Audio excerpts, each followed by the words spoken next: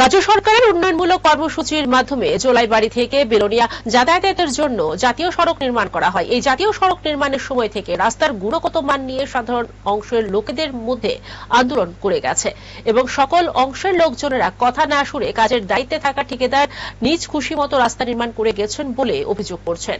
এই রাস্তা নির্মাণের 1 বছর শেষ হতে না হতেই রাস্তার বিভিন্ন জায়গা গর্তে পরিপূর্ণ হয়ে রয়েছে। বর্তমান সময়ে রাস্তা মেরামতের কাজ চলছে। কোনো প্রকার সতর্কবার্তা প্রদান না করে মাঝ রাস্তায় বিভিন্ন জায়গায় মেরামতির কাজ করা হচ্ছে। এতে করে প্রতিনিয়ত দুর্ঘটনা ঘটেই যাচ্ছে। এলাকাবাসীরা জানান, জোলাইবাড়ির বাসীর উন্নয়ন স্বার্থে ও দুর্ঘটনা এড়াতে মন্ত্রীরা যেন সঠিক পদক্ষেপ গ্রহণ করে।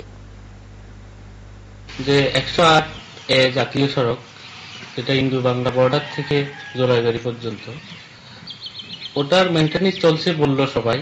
তো রাস্তাতে প্রচুর পরিমাণে গর্ত করে রেখে দিয়েছে। এখানে কোনো সাইনবোর্ড লেখা নেই, কোনো কিছু লেখা নেই। তো রাত্রিবেলা যখন আমি আসছিলাম তখন ওখানে অ্যাক্সিডেন্ট হয়ে গেছে। অ্যাক্সিডেন্ট হওয়ার পর তো প্রচুর রক্তক্ষরণ হয়েছে। তো তারপর অগ্নি নির্বাপক দপ্তরের সহায়তায় আমি খুব দ্রুত চিকিৎসা পেয়েছি।